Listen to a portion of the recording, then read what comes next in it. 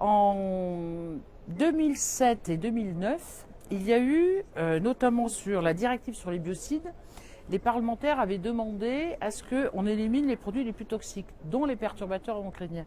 Il était demandé à ce que la Commission élabore ce qu'on appelle les critères scientifiques pour dire qu'est-ce que c'est un perturbateur endocrinien, vous voyez, pour pouvoir l'éliminer ensuite vis-à-vis des biens de consommation. Et ça, c'était en décembre 2013. Et puis, on avait une directive aussi sur les pesticides qui demandait aussi à ce qu'on fasse les critères sur les perturbateurs endocriniens.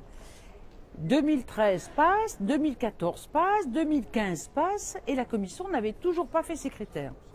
Et puis, on s'est aperçu, par rapport à des enquêtes de journalistes, que la Commission avait reçu des mails de compagnies chimiques, notamment les pesticides, c'est BASF, pour dire non, non, il ne faut pas élaborer ces critères trop rapidement, il faut d'abord faire une étude d'impact économique, c'est-à-dire combien ça va coûter à l'industrie.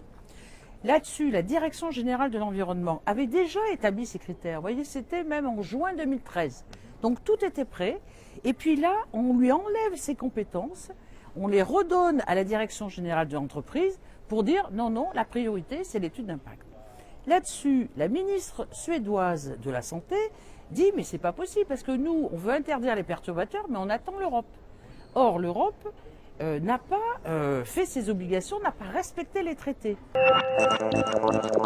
Le rendu le 16 décembre 2015 a montré qu'on avait raison sur toute la ligne.